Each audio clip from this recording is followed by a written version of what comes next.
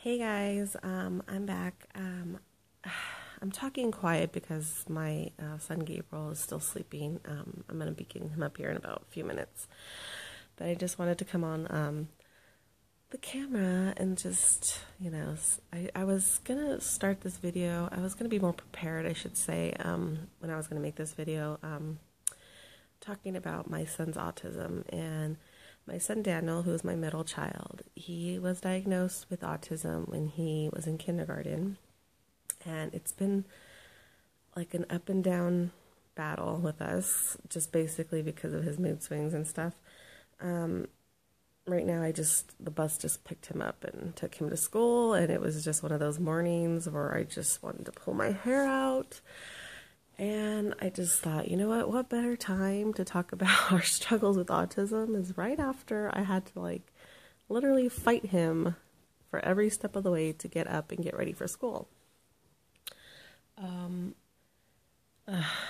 guys, I don't even know where to start, but I know I can't fit our whole story in just a few minutes of the video, but I'm just going to try to kind of give you the basics. Now, if you guys don't know what autism is, it's obviously a disability where,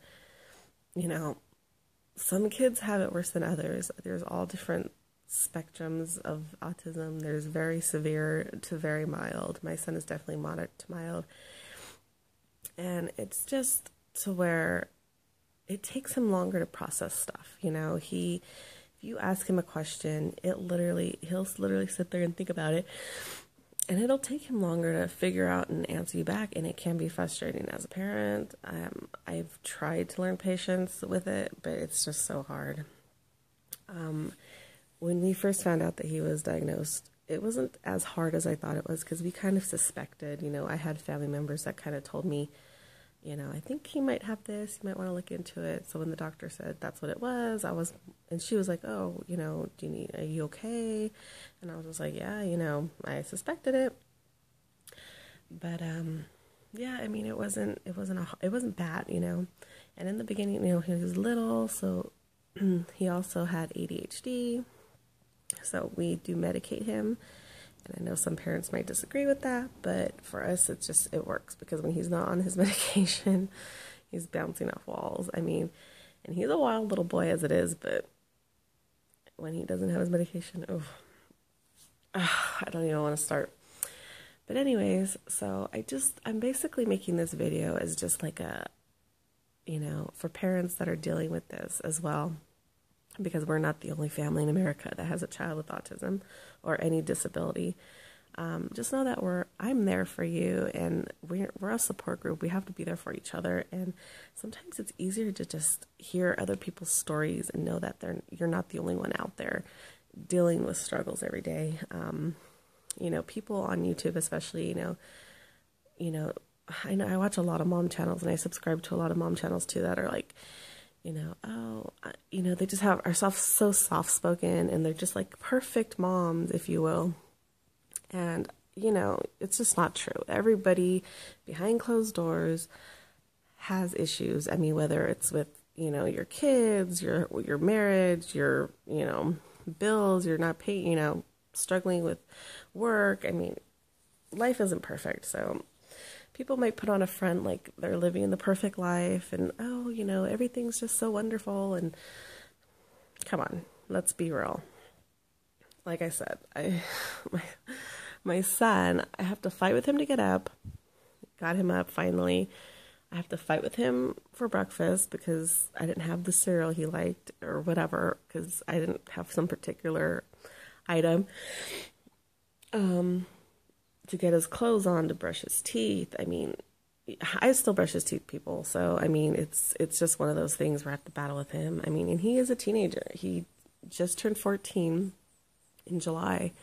So, I have to tell him, Daniel, you have to put deodorant on. And it's just a daily struggle.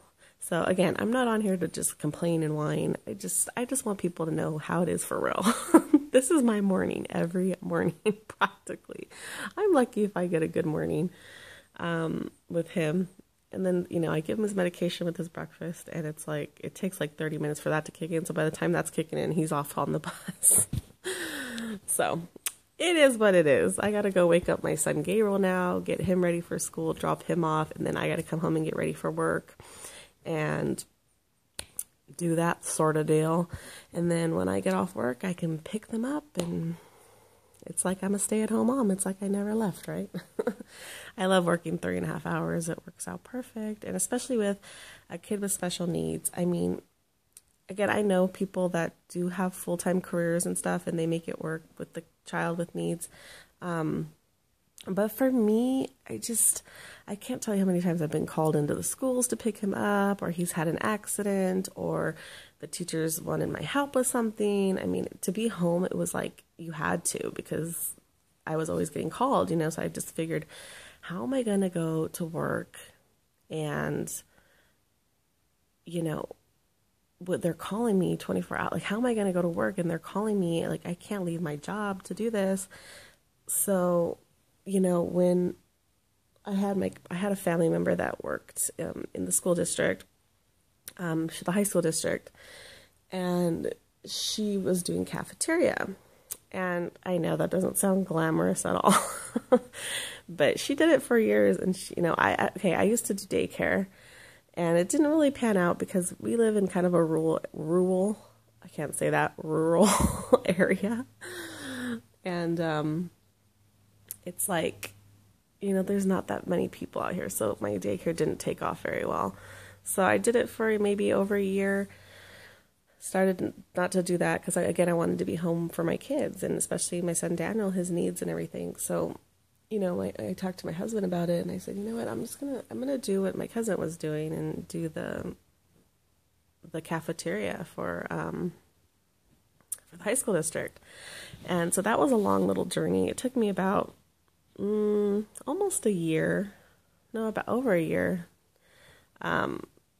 I substitute for a while in the cafeteria, and then I finally got hired, and I love it. I mean, again, cafeteria, you might think, oh, I don't want to do that job, but it's 3.5 hours. I can drop my kids off at school, work 3.5 hours, come home and pick them up, and it's just been a blessing because, again, it's like I've never gone. I don't have to worry about someone else picking up my kids or taking them to school.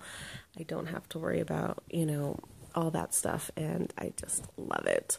So I wasn't really going to talk about my job, but there you go. That's what I do. So again, I got to go wake up my son Gabriel and get him ready and get him off to school. So I just wanted to come on here, guys, because I had a rough morning, and I just kind of needed to vent, and this is the only thing I can think of because not everybody is awake at this morning that I know, or they're busy getting their kids ready for school. So anyways, if you guys have any questions about autism or more about my job, or if you guys want to maybe see more of a video on autism or that sort of thing, go ahead and comment below. I'm more than happy to do it. I just have to be more, I guess, break down this stuff better and be more prepared. This was kind of just like a, you know, one of those days, and I just wanted to share. So anyways, I hope I didn't bore you guys too much. I will see you guys next time.